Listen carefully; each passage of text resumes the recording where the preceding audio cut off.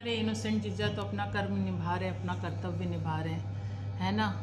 उनकी माता बहन ने एक टाइम पे साथ दिया था कि जो तुम्हारी खुशी बेटा उसमें हम खुश, लेकिन उस खुशी ने आते ही क्या ही किया, पूरे घर को एक ऐसे ऐसे माहौल में, ऐसे कटघरे में लाके खड़ा कर दिया कि जब से वो बस घर पे आए घर की रौनकें ही चली गई और आज तक लोग भुगत रहे हैं। मतलब बहुत तरस आता है देख के, बहुत तरस आता है कि ये सिचुएशन कर दी, ये हालात कर दिए, ये सिनेरियो क्रिएट कर दिए कि इस उम्र में जहाँ पे लोगों को सहारा होता है ना, लोग अपने नाती पोता के साथ खेलते हैं, खुश रहते हैं, है ना, सुकून से दो वक्त की रोटी पाते, इनसे तो खाली सेवा सत्कार की तो उम्मीद नहीं करी जा सकती, क्योंकि इनको तो ऑलरेडी ऐसा कोई चाहिए था हमारी डिसमेंटल नागिन को कि कोई इनके पैर पूजे, कोई इनके पैर धोए, कोई इनके मुंह तक दाना पहुंचाए, है ना। तो इनसे तो ये उम्मीद नहीं करी जा सकती कि ये अपनी सास की देखभाल करती या ये पैर दबाती, है ना।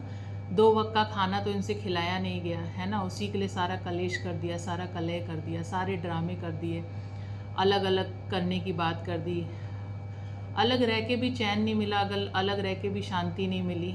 अब इस तरीके से टॉर्चर कर रही हैं कि इस उम्र में भी जो दर्द तकलीफ़ होने लगती है ना, इस उम्र में आते आते कुछ तो उम्र का तगाज़ा होता है कि इतना मेहनत करती है ना, इस उम्र में भी इतना हार्ड वर्किंग है। तो भाई इनोसेंट जिज्जा, फर्स्ट ऑफ ऑल आपसे एक रिक्वेस्ट है कि कोई हेल्पर रख दीजिए, क्योंकि एक सर्टेन एज तक ही इंसान काम कर सकता है और जितना वो कर रही हैं वो कम नहीं है। आप भी उनका साथ दे रहे हो। लोग यहाँ सिर्फ पॉजिटिविटी की बात करते हैं और आप तो वो पॉजिटिविटी कर रहे हो, ठीक है। अपने माँ बाप की सेवा करना सबसे बड़ा पुण्य का काम होता है और यही असली स्वर्ग होता है ना। सारी दुनिया कहती है कि अच्छे कर्म करो तो स्वर्ग में जगह मिलेगी, बुरे कर्म करोगे तो नर्क में जगह मिलेगी। स्वर्ग नर्क कहीं और नहीं है, ये ज़िंदगी स्वर्ग नर्क है। सब आपके कर्मों का लेखा जोखा है। साथ दीजिए, क्योंकि सामने वाली पार्टी का वक्त आ रहा है। जिस तरीके का टॉर्चर इन्होंने किया है ना आपकी फैमिली को, अब वो सेम चीज़ उनके ऊपर आने वाली है।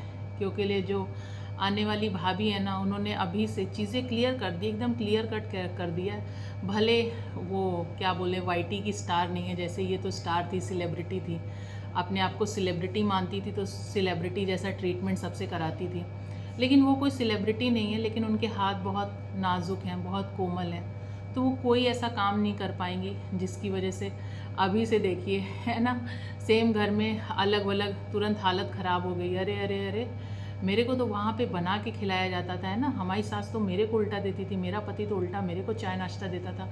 यहाँ पे मैं इसका करूँगी तो भैया इसका करने से तो बेहतर है कि मैं अलग हो जाऊँ, एक अलग ही साम्राज्य क्रिएट कर लूँ। तो वही है हमारी डिसमेंटल नागिन ने किया है कि जो नया है, जो सारी नई चीज़ें वो सब मेरे लिए, जो पुराना है, जो यूज्ड आइटम है ना, जैसे मैं यूज्ड चीज़ें दूसरों के हवाले कर देती हूँ, वैसे ही यूज्ड घर भी, यूज्ड एटमॉस्फेयर भी मैं दूसरों के हवाले कर रही हूँ। भले वो नई बहुरिया है तो क्या हुआ, सब कुछ जो चाहिए अच्छा चाहिए, जो नया चाहिए, सबसे सदा जदा चाहिए, है ना, फ्रेश चाहिए, वो सारा मेरे लिए है। और जो बचा खुचा है ना वो दूसरों के हिस्से में कर देती है। खैर, अब तो वक्त आ रहा है ना। बहुत पॉजिटिविटी की बात करती थी, अब देखना है कि इनकी पॉजिटिविटी कहाँ जाएगी, है ना। जो इन माता जी को दुख दे रही हो, जो दर्द दे रही हो, जो तकलीफ़ दे रही हो ना, वो सामने ही अचानक से इन्होंने क्यों पलट लिया अपना कि मैं तो चली जाऊंगी, मैं वापस जाना चाहती हूँ। क्योंकि तुम्हारी जैसी औरतों को देख के ना कोर्ट भी समझ गया है कि कुछ ऐसे लॉज लाना ज़रूरी है, वरना बूढ़े बुज़ुर्ग माँ बाप जो पूरी ज़िंदगी बच्चे को, है ना, उंगली पकड़ के चलना सिखाते हैं, फिर उनको पालते हैं, पोसते हैं, पढ़ाते हैं, लिखाते हैं, इतनी मेहनत करते, इतनी जद्दोजहद करके तैयार करते हैं उसको, आप जैसी औरतें आके उड़ा के लेके चले जाते हो और उनको बेसहारा कर देते हो।